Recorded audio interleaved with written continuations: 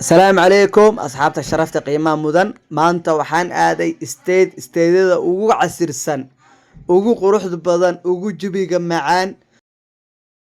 una sekuridka fiican soo dhawaada waa walaal aasa oo ka beenayo waxa idin haya saddex qoli fadhi main house waa saddex qoli fadhi main house kali karidu tahay 45,000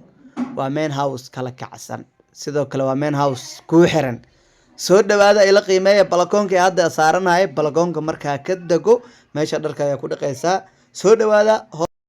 hoos inaan ka bilaabo rabay laakiin kor ayaa ka bilaabay si aad u aragtiin guriga qaabka uu yaalo master roomka ayaa ku jira master roomka inna bacaadi maan gurigan horto afarta dhinac waa hawo afteeni hawana waa kaaga soo galaysaa waa saddex qol fadhi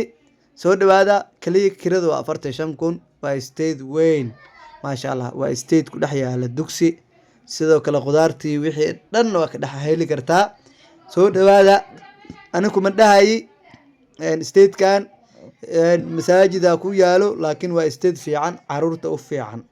inna bacaadi maan wallahi oraxda Soomaaliya ugu soo dhacday anuu dhidid iga socdaan ka imaado anuu dhidid iga socdo soo dhawaada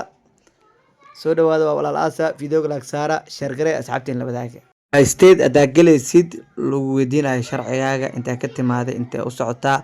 house lambarkaaga sheeg lagu dhahayo way state kan state lamid ah forever marking soo si xataa saan camal uma arkin soo dhawaada state kan wuxuu ka tirsan yahay state lagu jecel yahay Donholm ku dhex yaalo soo dhawaada walaalo bixinay flow saar flow dheh laagna ku dar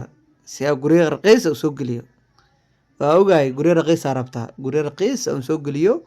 state walbo Soomaali ee degtan waa soo dhigaa injuru wax tawaada injuru balan waay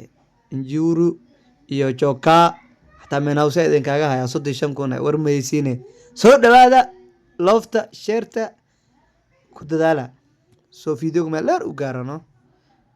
ama TikTok dana xaraha